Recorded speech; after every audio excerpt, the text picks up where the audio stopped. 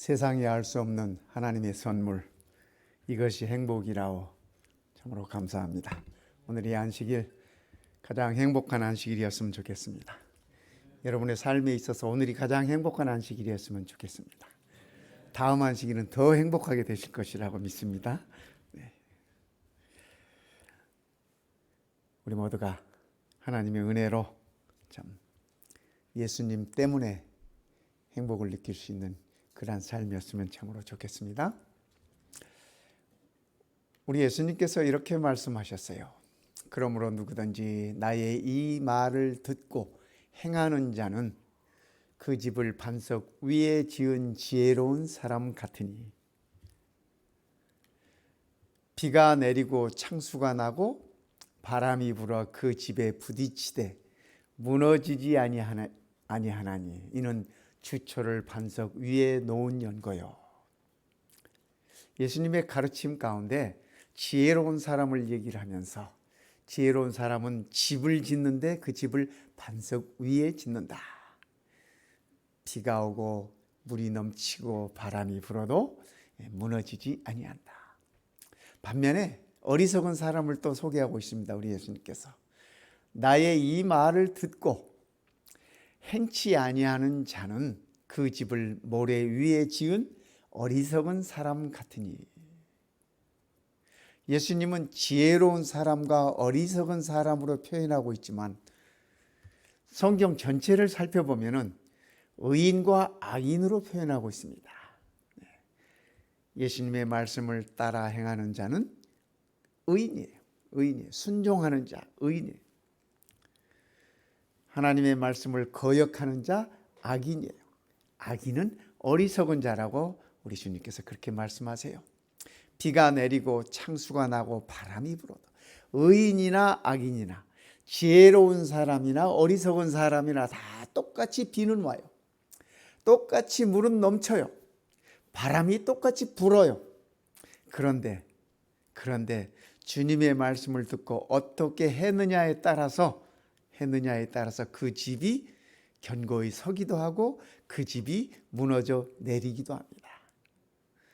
우리의 어떠함에, 우리의 순종함에 따라서 그 집이 반석 위에 있기도 하고 모래 위에 있기도 하고 지혜로운 자가 되기도 하고 어리석은 자가 되기도 하는 모습을 우리는 여기서 보는 것입니다. 우리 예수님의 이 짧은 가르침 속에 심오한 의미가 있음을 우리는 알고 그 말씀을 한번 오늘 반복해 보면 좋겠습니다. 예수님께서 세 가지를 언급하고 계십니다. 첫 번째, 인생의 기초를 어디다 둘 것인가? 우리의 삶의 기초를 어디다 둘 것인가 하는 얘기입니다. 어려서 저는 바닷가에서 자랐기 때문에 늘 해변에서 여름이면 놀았습니다. 제가 제일 즐겁게 갔던 이 해변은 망성리라고 하는 곳인데 거기는 바다의 모래가 검은 모래예요. 보통 백사장이라고 그러지 않습니까? 대부분의 이 비치가 다 이 하얀 모래인데 제가 자랐던 이 모래사장은 검은 모래입니다. 그래서 여름에 그 모래를 신발 안 신고 들어갔다는 발을 대기 딱 십상입니다. 근데 모래성을 쌓기도 하고 모래에서 각종 조각들을 만들어 보기도 하고 친구들과 더불어서. 그런데 아무리 공을 들여놔도 파도가 한번 들이치면은 그냥 싹 깨끗이 언제 있었냐는 등 아주 깨끗해집니다. 예수님은 그 삶의 기초를 어디다 둘 것인지 이 가르침 속에서 우리들에게 일러주고 계십니다. 두 번째는 모든 인생은 다 폭풍이 있다. 모든 인생은 다 바람이 불고 창수가 나고 이렇게 얘기하고 계십니다. 세 번째는 그러나 모두가 다 그럴지라도 하나님의 주님의 말씀대로 행하는 자들은, 말씀에 순종하는 자들은 그것이 믿음이라고 예수님은 그렇게 일러주고 계십니다. 여호와의 외에 누가 하나님이며 우리 하나님 외에 누가 반석이뇨? 다윗은 이렇게 외치고 있습니다. 다윗에게 있어서는 반석은 오직 여호와 하나님 한 분이셨습니다. 예수님께서 반석 위에 집을 지으라고 말씀하셨다. 너희들의 삶의 기초를 반석 위에 두라고 하는 것은 오직 여호와 하나님께 그 기초를 두라고 하는 가르침이십니다. 시인은 이렇게 얘기했어요. 다윗이 시편 18편에 나의 힘이신 여호와여 내가 주를 사랑하나이다. 다윗의 사랑 고백입니다. 여호와는 나의 반석이시요 나의 요새시요 나를 건지시는 이시요 나의 하나님이시요 내가 그 안에 피할 나의 바위시요 나의 방패이시요 나의 구원의 뿌리시요 나의 산성이시로다. 다윗은 그의 삶의 반석으로 오직 여호와 하나님만 전적으로 의지하고 있는 모습을 우리는 보는 것입니다. 그러기에 다윗이 하는 얘기가 여호와 외에 누가 하나님이며 여호와 외에 누가 반석이냐. 반석은 오직 한 반석밖에 없다는 말씀을 하고 계시는 것입니다. 그렇죠? 예수님께서 한 번은 베드로에게 그렇게 말씀하셨지 않습니까? 베드로의 신앙 고백 이후에 바요나 시몬아 네가 복된 자라 말씀을 하시면서 이 반석 위에 교회를 세울 것이다 그렇게 말씀하셨어요.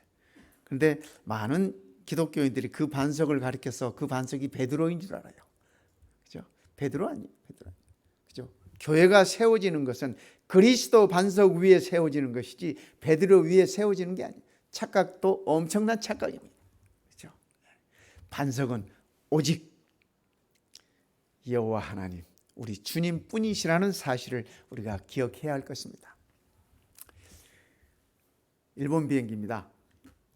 이 비행기에 350명이 탔습니다. 수년 전에 이 350명의 승객을 태우고 승무원 15명을 태우고 이 비행기가 가는 도중에 이 비행기가 15시간 동안 인질로 잡혔습니다. 이 비행기를 인질로 잡은 고바야시 사부로라고 하는 사람은 그가 가지고 있었던 것, 손에 가지고 있었던 것은 스크루드라이버 하나, 그 다음에 풍선 몇 개, 이걸 가지고 있었습니다. 그러면서 비행기 기술을 돌려라. 그래서 공항에 착륙을 하고 그가 원하는 것들, 연료를 채워라, 뭐 이런 것들을 이렇게 요구하고 있었는데, 이 비행기 안에 탔던 350명의 승객들이 얼마나 두려웠겠습니까? 그렇죠? 내 말 듣지 않으면 내가 들고 있는 이 풍선 폭탄인데 이거를 터뜨릴 것이다. 그러면 우리는 다 날아간다. 라고 이렇게 겁을 주었습니다. 풍선 폭탄. 들어본 적도 없고 본 적도 없어요. 그렇지 않습니까? 또 뭐 일반인들이 뭐 이렇게 이 폭탄에 대해서, 병기에 대해서 잘 모르잖아요. 그래서 모두가 다 불안에 떨었습니다. 어쩔 줄 몰라 했습니다. 기장부터 모든 승객들에게까지, 나이 많으신 분들부터 비행기 타는 어린 아이들에게까지 다 모두가 두려워 떨었습니다. 나중에 알고 봤더니 그가 가지고 있었던 스크루 드라이버 하나하고 폭탄이 아니라 진짜 풍선이었어요. 나중에 인질이 풀려나고 조사가 된 다음에 모두가 다 어이가 없었습니다. 어이가 없었어요. 뭐 누구라도 그럴 상황이 되면 그러지 않겠습니까? 사람이 두려움이 엄습하면은 모든 것을 냉철하게 파악하는 지혜들이 잘 없어집니다. 결여됩니다. 우선 두려움에 떨기 때문에 말입니다.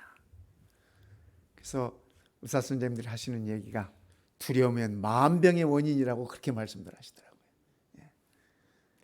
이 정기검사 받으시는 분들도 정기검사 받으라고 하면 왠지 받기 전에까지 두려운 마음이 생겨요. 이것도 검사해가지고 뭐가 또 나오면 어떡하지?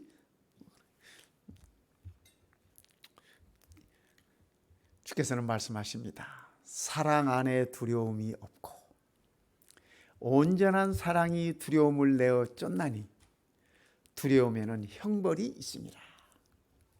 두려워하는 자는 사랑 안에서 온전히 이루지 못하였느니라. 성도 여러분, 이 말씀이 좀 재밌지 않습니까? 두려움에는 형벌이 있다. 두려움에는 형벌이 있다. 두려워하는 자는 사랑 안에서 온전히 이루지 못하였느니라. 이게 무슨 말씀일까요, 성도 여러분? 요한계시록 21장에는 두려워하는 자들은 둘째 사망에 참여할 것이라고 그렇게 말씀하고 계세요. 두려워하는 자들은 둘째 사망 아시죠? 첫째 사망은 우리가 자연인으로서 이렇게 죽는, 예수님께서 잠으로 표현하신 것이에요. 그것이 첫째 사망이에요. 둘째 사망은 죄의 결과로 인하여, 죄로 인하여 영원히 죽는 것, 그것을 가리키는 말씀이에요. 그런데 두려워하는 자는 둘째 사망에 갈 것이라고 요한계시록에서 말씀하고 계세요. 그렇다면 그 두려움이 뭘까요? 요한일서에서 말씀하시는 이 두려움에는 형벌이 있다고 하는 이 두려움은 뭘까요? 그렇죠? 여기서 말하는 사랑은, 여기서 말하는 온전한 사랑은 우리를 향하신 우리 주님의 사랑입니다. 우리 예수님의 사랑을 말씀하고 계시는 것입니다. 이 세상에는 온전한 사랑이 없어요. 자식을 사랑하는 어머니의 사랑도 온전치 못해요. 자식을 사랑하는 부모의 사랑 또한 온전치 못해요.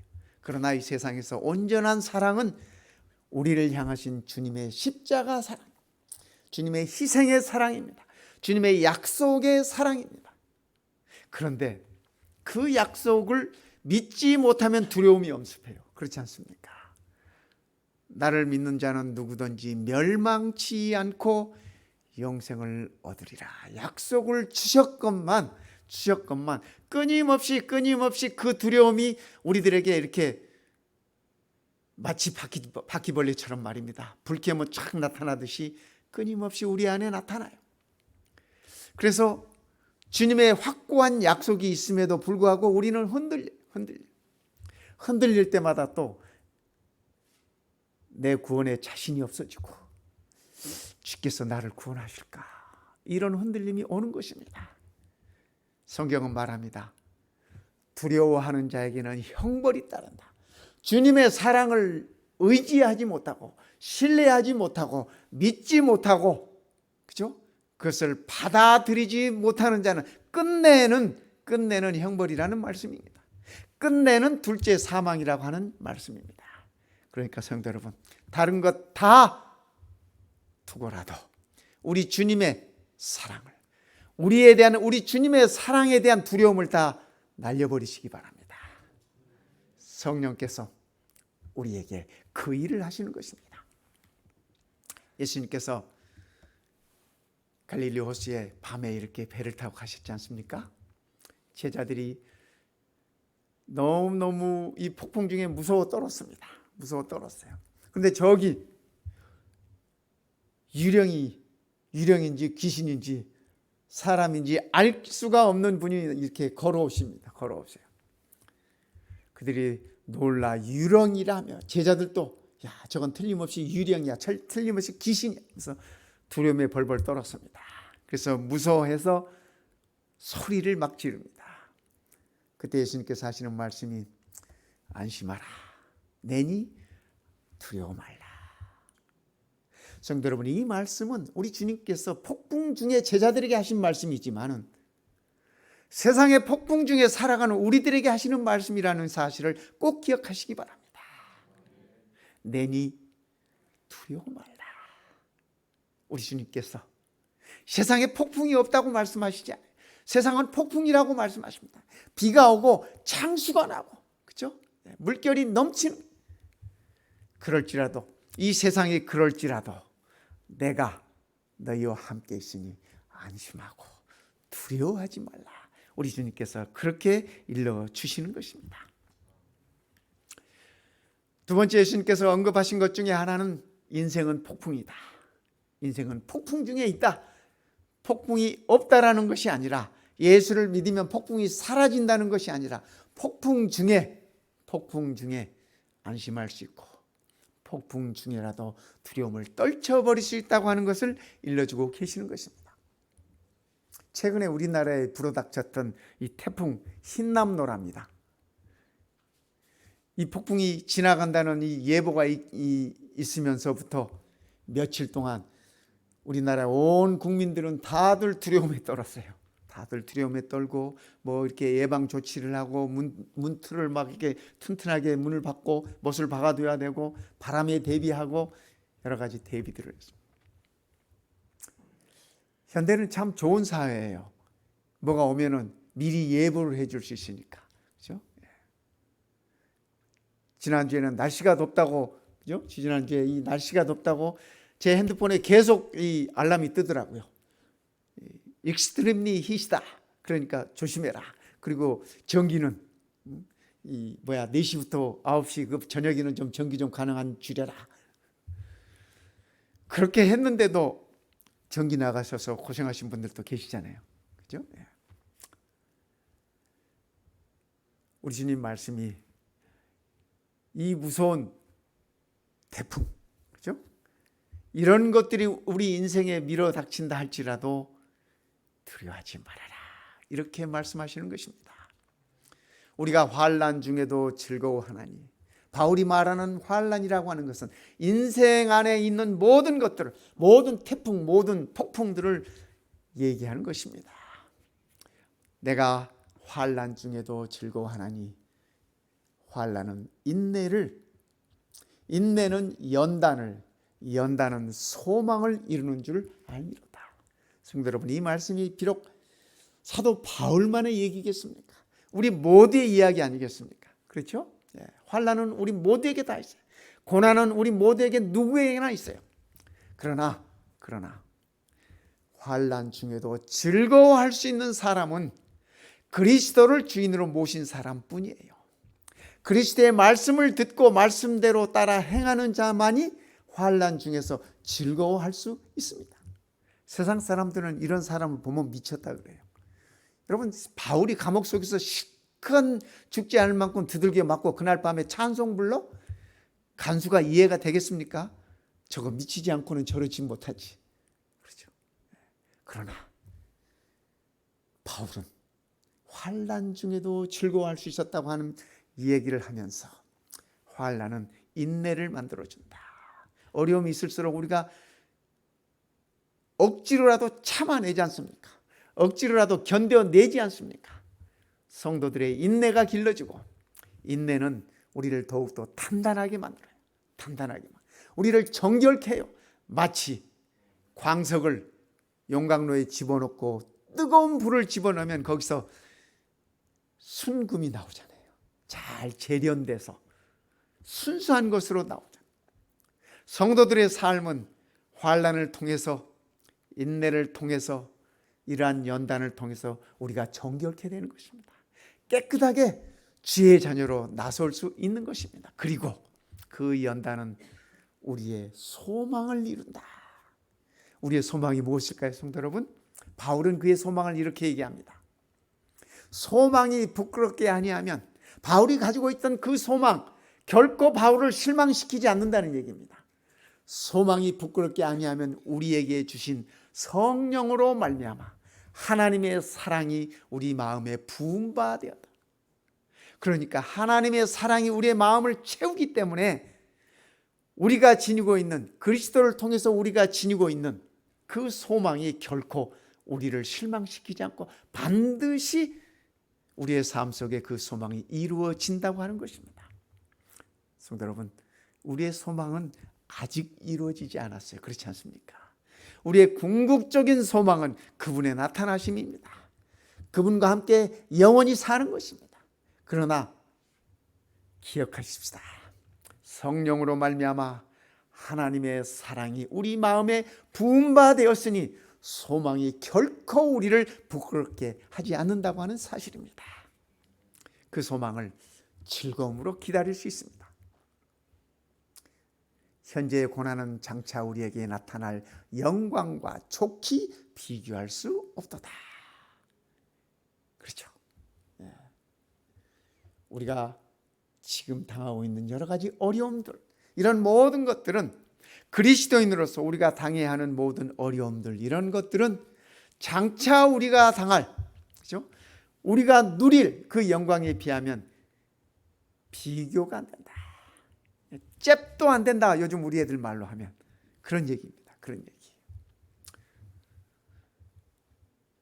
성도 여러분, 인생은 폭풍이라고 하지만은 우리가 고독할 때 그 고독함 속에서 열매가 이루어지고 환난을 통해서 기쁨이 생성되고 고통을 통해서 우리는 기도를 배우는 것입니다.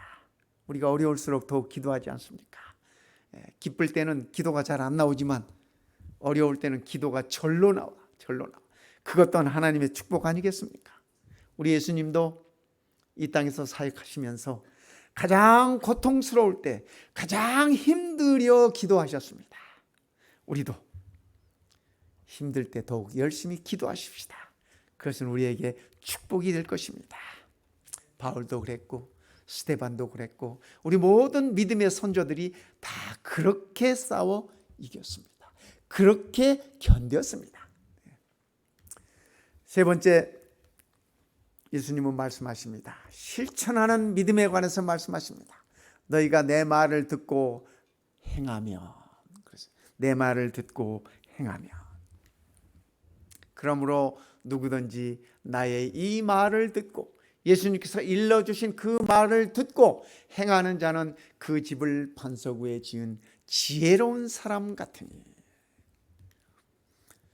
듣고 행치 아니하는 자는 그 집을 모래 위에 지은 어리석은 사람 같으리니. 성도 여러분, 우리가 다 지혜로운 사람이었으면 좋겠습니다. 우리가 다 어리석은 사람이 아니었으면 좋겠습니다. 성경적 표현으로 우리가 다 의인인 것입니다. 우리는 성도인 것입니다. 거룩한 무리. 저는 이 단어가 너무 좋아요. 그렇죠? 나 혼자 의로운 것이 아니라 우리가 다 함께 거룩함을 입은 것입니다. 성령의 역사를 통해서 그리스도에 입혀주시는 그 의를 통해서 우리는 다 거룩한 자라 불림을 받는 것입니다. 아브라함의 믿음을 이렇게 얘기합니다. 믿음으로 아브라함은 부르심을 받았을 때에 75세에 그가 부르심을 받았어요. 그의 고향을 떠나라고 말씀을 드릴 때가 아브라함의 제2의 인생은 그러니까 75세부터 시작된 것입니다. 우리 중에 아직 제2의 인생이 시작 안 되신 분도 많잖아요. 네.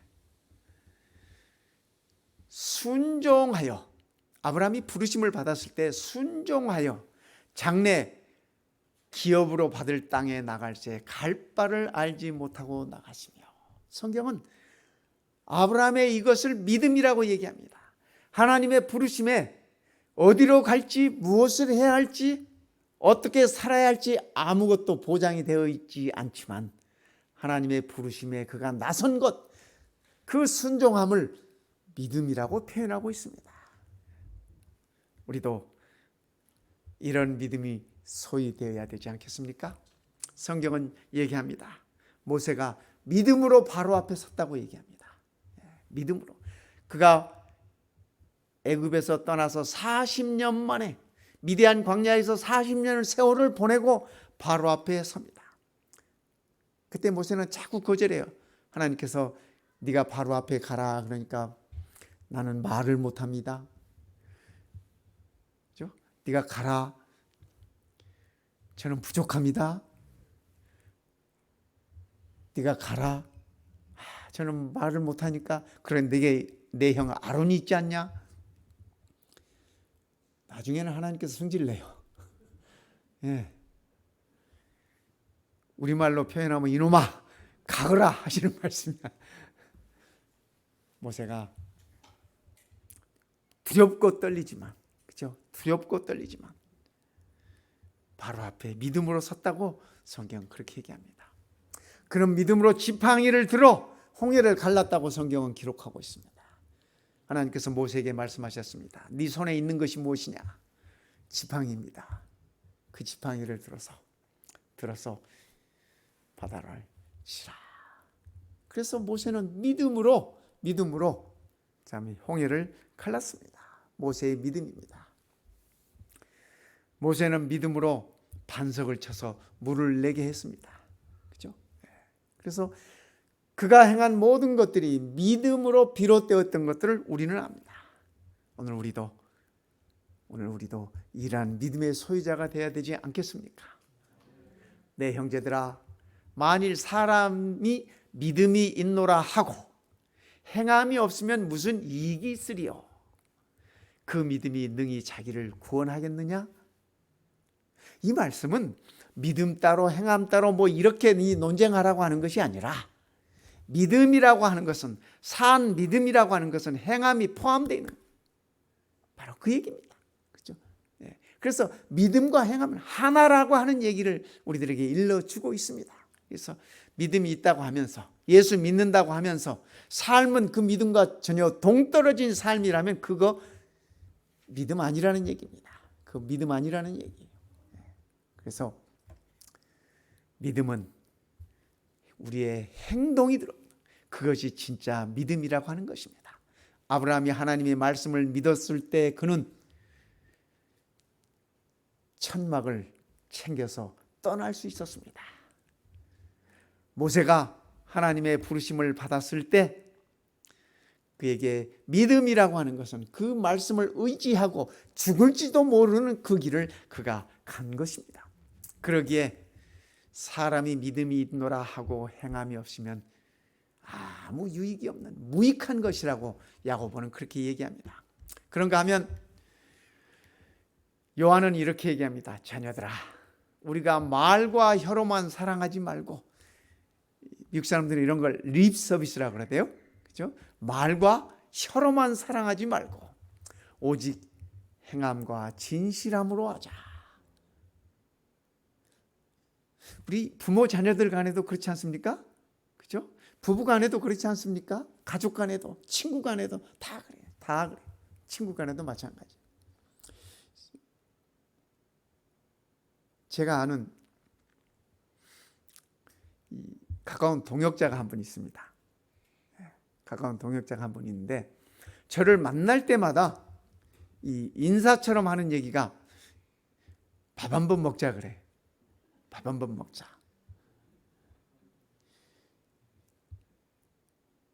미국에 와서 함께 사역을 한 지가 20년이 지났는데 아직도 밥 한 번 못 먹어서. 그러니까 지금은 이제 그 친구가 밥 한 번 먹자 그러면 귓등으로도 안 듣습니다. 저것은 립 서비스예요. 진실성이 없다라는 생각을 가지면서, 그런 거예요, 성도 여러분. 우리가 말과 혀로만 사랑하지 말고 밥 한 번 먹자 했으면 밥 먹어야지. 그리고 돌아가서 시간을 잡아야지, 날짜를 잡아야지. 그러니까 내게 그런 마음 없으면, 그럴 행동할 것이 없으면 그런 말도 하면 안 돼. 그렇잖아요. 그냥 인사로, 그건 인사가 아니에요. 그렇죠? 오직 행함과 진실함으로 하자. 이로써, 그렇게 함으로써, 그 말입니다. 이로써 우리가 진리에 속한 줄을 알고 또 우리의 마음을 주 앞에서 굳세게 하리로다. 사도 요한이 우리들에게 일러주신 말씀입니다. 그러니까 우리가 그냥 빈말로 이렇게 하지 말고, 그죠? 빈말이라는 건 그야말로 텅 빈 말이야. 텅 빈 말, 알맹이가 없는 말이야. 그러니까 말과 혀로만 하지 말고 행함과 진실함으로 하자. 그렇게 될 때, 그죠? 우리의 마음이 주 앞에서 굳세게 된다라고 요한은 그렇게 일러주고 있습니다. 예수님께서 말씀하셨어요. 누가복음 10장은 그 강도 만난 사마리아 사람의 비유예요. 사마리아인의 비유인데 그 얘기를 예수님께서 들려주신 다음에 질문을 했지 않습니까? 그때 질문하는 사람이 뭐라 그러냐면, 누가 우리의 이웃입니까? 하고 질문했어요. 누가 우리의 이웃입니까? 그때 예수님께서 이렇게 말씀하셨어요. 이야기를 들려주시면서 다시 묻지 않습니까? 그랬더니 그 질문을 받았던 사람이 뭐라고 이렇게 대답을 했냐면, 누가 너의 이웃이냐 이렇게 물었을 때 뭐라고 대답했냐면, 자비를 베푼 자니이다 그래서. 근데 좀 더 정확하게 대답을 하려면 사마리아 사람입니다 이렇게 대답해야 돼. 그런데 이 유대인의 이 자존심에 그 입에 차마 사마리아 사람이라는 말을 못해. 그래서 자비를 베푼 자니이다. 이 배운 사람들은 꼭 이렇게 참 이렇게 포장을 멋지게 잘해. 그죠? 예. 그때 예수님께서 하시는 말씀이 가서 너도 이와 같이 하라 그렇게 말씀하셨어요. 그러니까 예수님께서 가서 너도 이와 같이 하라고 하는 그 말씀 속에는 내 이웃이 누구인지 살피지 말고 네가 좋은 이웃이 되어주라는 말씀이에요.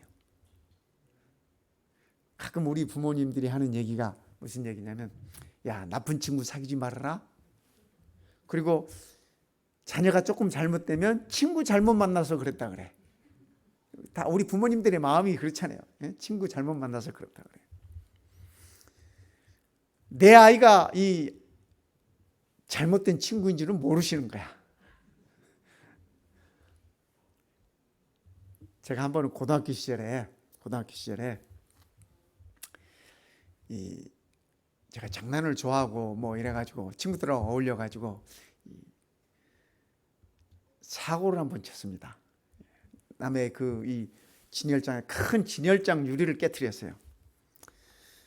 그 돈이 꽤 나가는 거 아닙니까? 그걸 물어줘야 되는데 이 얘기를 할 수가 없어요. 근데 어떻게 해요? 할 수 없이 어머니한테 얘기를 했죠. 그러면서 얘기하면서 나는 안 그랬는데 친구들이 잘못해가지고 깨트렸다고. 어떻게 해서든지 피해가고 싶어서 말입니다. 어머니께서 하시는 말씀이 그래 너는 참 못된 친구를 뒀구나. 그런데 엄마가 보니까 네가 제일 못된 친구다. 앞으로는 친구들에게 좋은 친구가 되어주거라 그러시더라고요. 저희 어머님이 예수님의 이 사마리아인의 비유를 깨닫고 말씀을 하셨는지 모르겠어요. 근데 우리 예수님 말씀이 그 말씀이에요. 내 이웃이 누구인지 찾지 말고 네가 좋은 이웃이 되라고 하는 말씀을 이렇게 하신 것입니다. 가서 이와 같이 하라. 성도 여러분, 우리도 그렇게 한번 살아보십시다. 그죠? 우리 예수님께서 말씀하셔요. 어디에 있느냐 그렇습니다. 어디에 있느냐. 예수님은 우리가 어디에 있어야 할지를 이렇게 말씀하셨어요. 내 마음을 다하고 목숨을 다하고 뜻을 다하고 힘을 다하여 주 너희 하나님을 사랑하라 하신 것이요. 그러니까 우리가 있어야 할 곳은 우리 하나님 앞이라고 우리 주님께서는 분명하게 말씀해 주셨어요. 분명하게 말씀해 주셨어요. 그리고 둘째는 이것이니, 첫째는 우리가 하나님 앞에 있어야 하는 것이고, 둘째는 이웃과 함께 있으라는 얘기입니다. 이웃에게 좋은 이웃이 되어 주라고 하는 말씀입니다. 이웃을 내 몸과 같이 사랑하라 하신 그거다. 이보다 더 큰 계명이 없느니라 우리 주님께서 그렇게 말씀하셨어요. 하나님께서 이렇게 살펴보셨을 때 우리가 어디 있는지 모르실 때 얼마나 답답하겠습니까? 그렇죠? 창세기부터 요한계시록까지 우리 하나님께서 우리에게 던지시는 질문은 너희가 어디 있느냐라는 질문이십니다. 아담에게도 하와에게도 네가 어디 있느냐, 가인에게도 네가 어디 있느냐는 얘기는 네가 무엇을 하고 있느냐 그 얘기입니다. 그렇죠? 만약에 여러분 우리의 자녀들이 어렸을 때 자녀 잃어버린 적 있습니까? 쇼핑몰이나 이런 데 가가지고 아이 잃어버린 적 있습니까? 참 그렇잖아요. 정말 답답해요. 오늘 이 자리에 앉아 있어야 할 하나님의 자녀들을 향한 우리 아버지 하나님의 마음이 그러실 것입니다. 네가 어디 있느냐. 사람이 어디에 있는지 정확하게 모르면 그것처럼 속 터지는 일이 없습니다.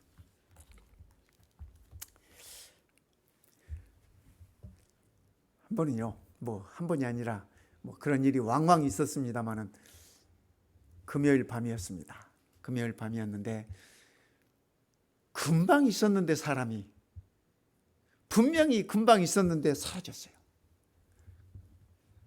어디로 갔는지 알 길이 없어. 그래서 애들에게 야, 엄마 찾으러 가자. 알 길이 없어요. 금요일 저녁에 교회 왔다가 집에 갔기 때문에 9시 반이 넘은 시간입니다.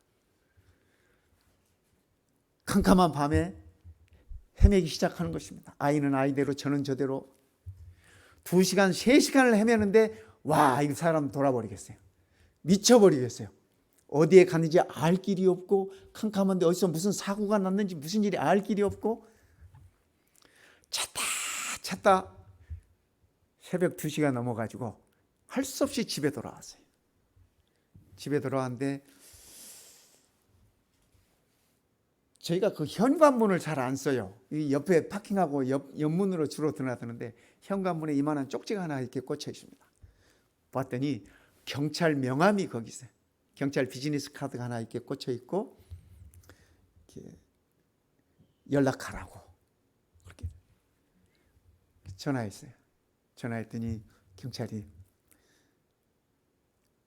네 와이프 지금 어디다 데려다 놨다.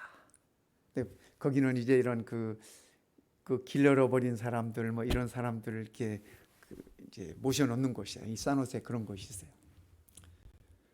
근데 그날 연락을 했더니 그날 못 데려갔는데 내일 아침에 의사 그 정신과 의사 진단이 있어야 릴리즈 하라고 하는 그런 게 있어야 내보낸대. 그래서 어디 있는 줄 알았잖아요. 그것만 또 감사했어. 그 밤에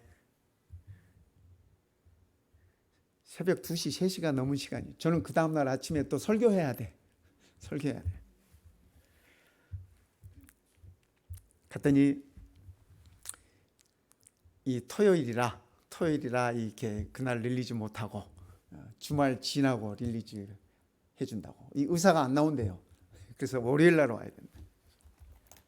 그래서 그 다음 월요일 날 어렵게 이제 집으로 이제 모셔왔습니다.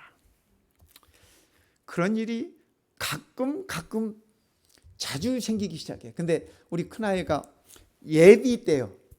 어느 날 전화기 앱을 이렇게 하나 해가지고 위치 추적하는 앱이 있어요. 그걸 이제 해놓고 이제 주머니에다 늘 충전을 시켜서 넣어놓고 저희들은 그 앱을 자주 들여다보는 것입니다. 집 옆에 공원에 있으면 안전하구나 하면서 이제 그대로 두고 길을 가거나 이렇게 하고 있으면 가까운 사람이 빨리 행동을 옮겨서 이렇게 이제 데려와야 되는 거예요. 어디 있는지 모른다고 하는 것이 정말 사람을 힘들게 하는 그런 거예요. 하나님께서 내 사랑하는 자녀들이 어디 있느냐고 질문하시는 것은 바로 그러한 것이 아닐까 저는 그렇게 생각했습니다. 아담아, 네가 어디 있느냐? 그죠? 오늘 우리의 이름을 부르면서 네가 어디 있느냐? 오늘 하나님께서 우리들에게 질문하십니다. 네가 어디 있느냐? 성도 여러분, 우리의 하나님 품 안에 있으십시다. 하나님을 등지고 떠나지 마십시다. 등지고 떠나는 그 순간 하나님은 우리를 그때부터 찾으시는 것입니다. 네가 어디 있느냐? 성도 여러분, 이 한 주일도 우리의 마음과 목숨과 뜻을 다하여 우리 하나님 앞에 우리가 있어야 할 것입니다. 뿐만 아니라 우리들의 이웃 곁에 우리가 있어야 할 것입니다. 그래서 우리를 찾으시는 하나님의 가슴 답답하지 않도록, 그렇죠? 우리고 하나님을 떠나면 불안해요. 그렇지 않습니까? 하나님을 떠나면 불안해. 그러나 하나님과 함께 있으면 우리는 마음의 평안을 얻습니다. 갈릴리 호수가 참 평안해 보입니까? 오늘 우리의 마음이 그리스도 안에서 이렇게 평화로운 마음이었으면 좋겠습니다. 세상은 풍파가 있어요. 세상은 바람을 불어요. 비가 와요. 창수가 넘쳐나요. 그러나 우리는 이러한 평안을 유지할 수 있다라고 하는 것입니다. 그것이 우리들의 특권이에요. 그것이 우리를 향한 하나님의 선물이에요. 그것이 우리의 행복인 것입니다. 이 바다가 얼마나 평화롭습니까, 성도 여러분? 한 주일 동안 우리 모든 성도님들의 삶이 이런 모습이었으면 좋겠습니다. 아무리 풍파가 와도, 아무리 고난이 와도, 아무리 힘든 일이 있어도 우리가 이런 평안을 유지하면서 한 주일 동안 승리했으면 좋겠습니다. 하나님의 은혜와 축복이 우리 모든 성도들에게 함께 하시길 이 시간에 간절히 바랍니다.